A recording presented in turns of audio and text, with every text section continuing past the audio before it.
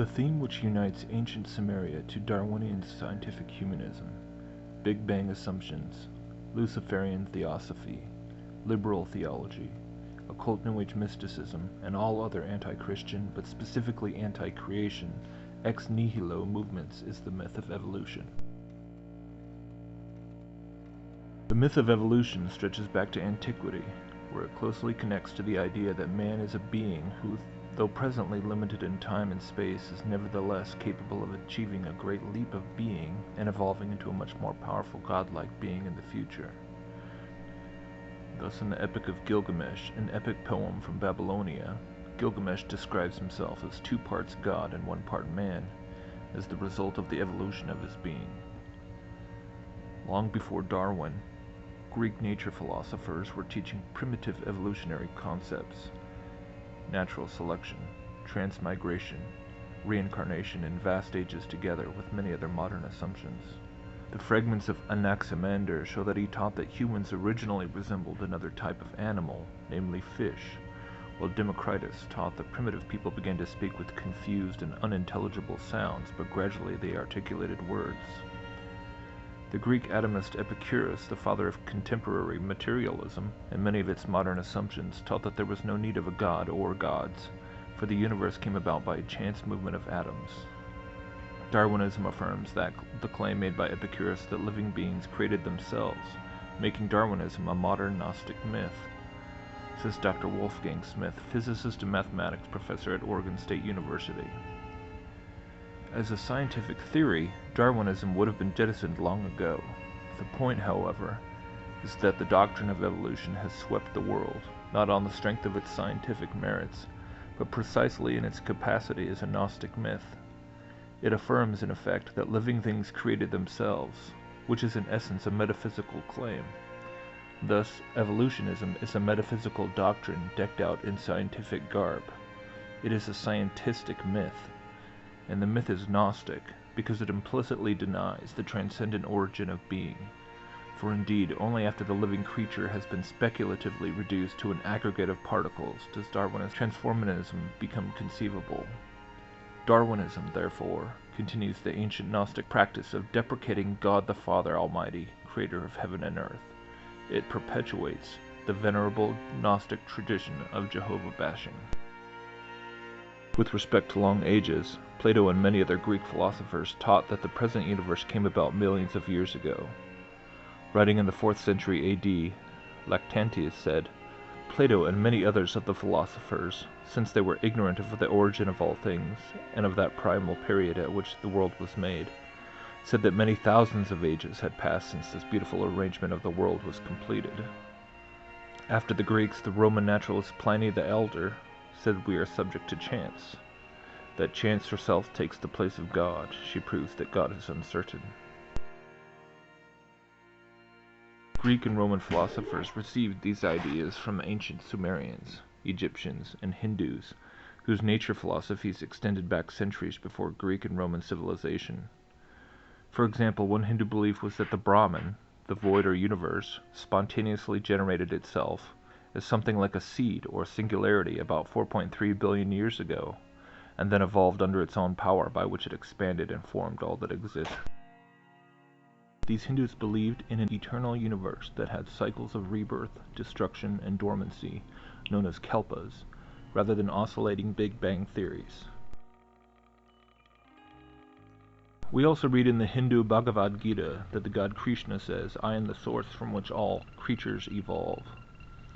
In India, the doctrine of evolution, reincarnation, karma was thoroughly established from ancient times. It was expounded upon first in the Upanishads, the philosophical mystic text held to be the essence of the Vedas.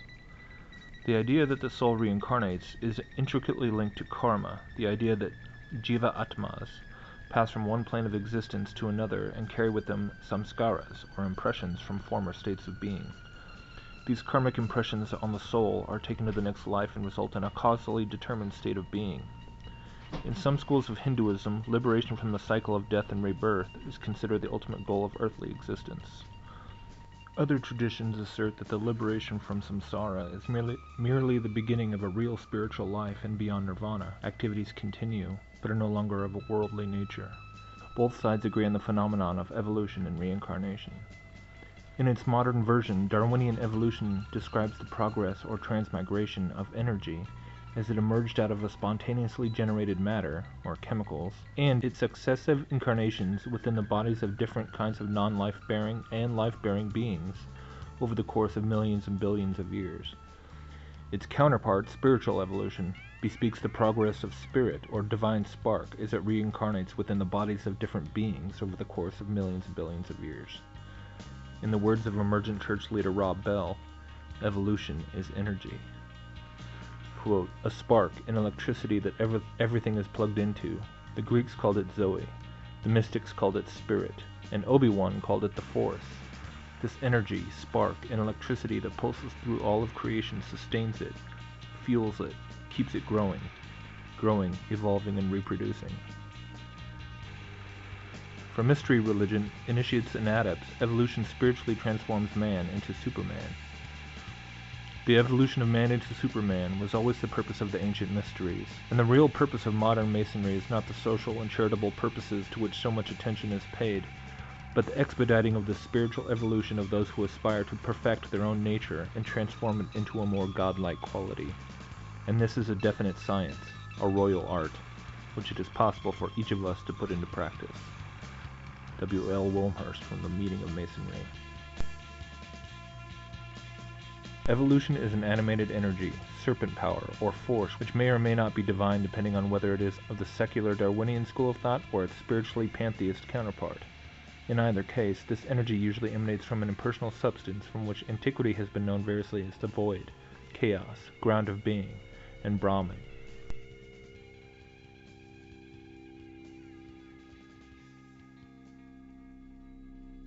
Now, just like the Gnostic mythical concept of evolution could be demonstrated to have originated long before Darwin, the mythological concept of a heliocentric universe can also be shown to have risen long before individuals such as Copernicus were credited with popularizing it.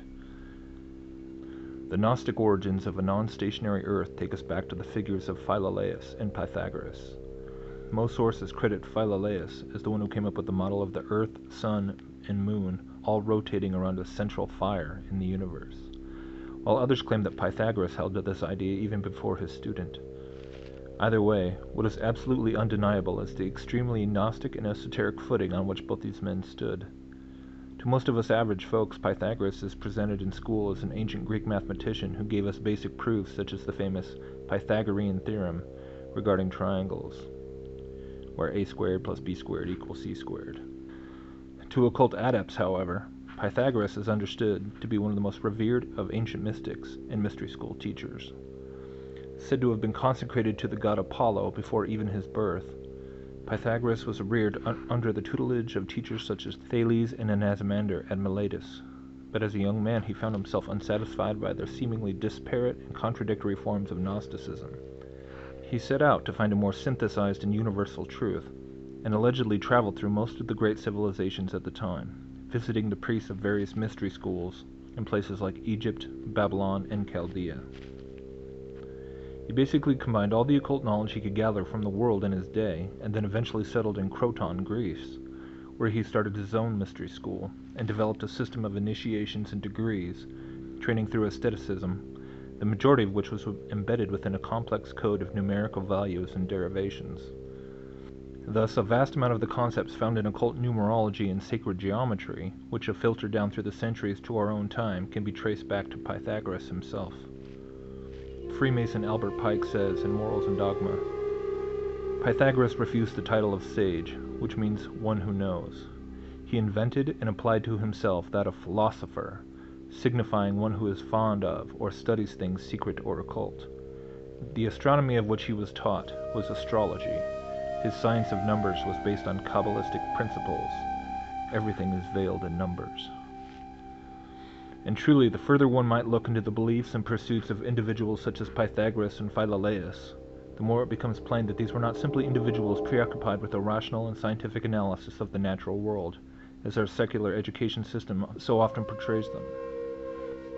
Indeed, Pythagoras is revered by Plato and all the famous Greek philosophers who came after him, and in that light we can understand just how pervasively Gnostic all of Greek philosophy truly is, how it was seeded and guided not by the imaginations and musings of speculative men, but by the doctrines of demons as they were passed down through mystery tradition and ancient secret societies.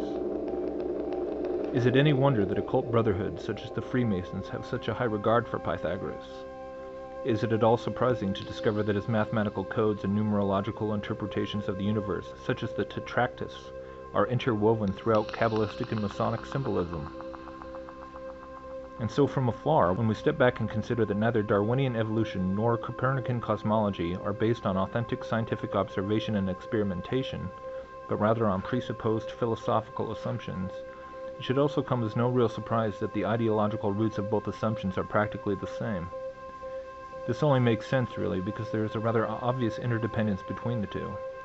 Darwinian evolution can't really be conceived of outside of a massive, ever-expanding, self-creating universe. A recognized geocentric cosmology would reveal the true absurdity of evolution's basic premises. At the same time, the limitless expanse of the Copernican cosmos are offered as the last great challenge for humans to conquer in their evolution as a species.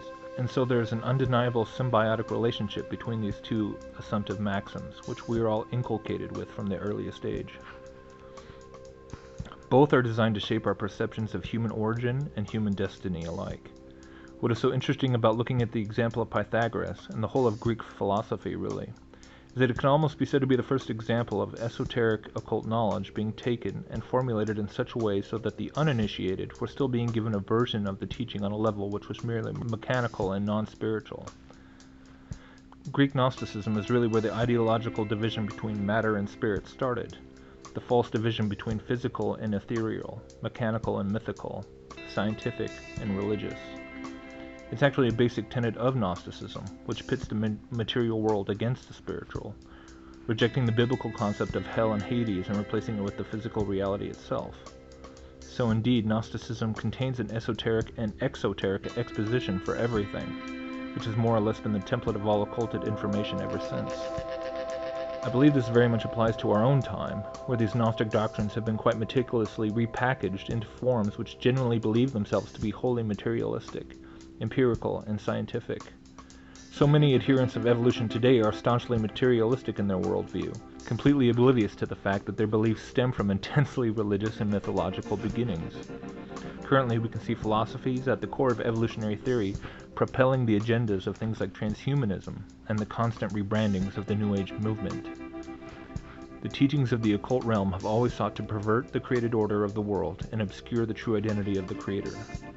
As Blavatsky said, at the head of our solar system is the solar logos, working with the lords of the rays who control the energies that affect consciousness and spiritual development of life forms.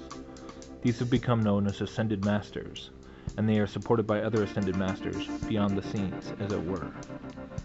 It is from this sobering perspective that I am unable to sympathize with the notion that the flat earth debate is a distraction, which is a complaint I have now heard countless times from various individuals who seem convinced that there is nothing of substance to the sudden ignition of this online discussion, and view it all as some intentional diversion from the enemy himself. I concede that indeed it could be a distraction, in the sense that anything could be turned into a distraction, if it becomes the sole focus, eclipsing the gospel of salvation itself. However, I would say that it could only be reduced to the inevitability of a distraction if such investigations were indeed shown to be utterly and entirely unsubstantiated. If the flat earth claims are instead shown to have real merit, however, then it would make about as much sense to dismiss it from the Christian standpoint as it would to casually ignore the debate surrounding the theory of evolution. If evolution is not a scientific fact, but only a horrific satanic lie being propagated since ancient times, and now in every official institution of our modern world, then the subject itself is not a distraction, because it is a lie from the pit of hell, intended to lead men and women away from their Creator, and it has to be addressed head-on. The question of the Earth and the cosmology of the universe as a whole is no different, because it cannot hardly be separated from the other question. It is all quite plainly surrounding the question of origins and destiny.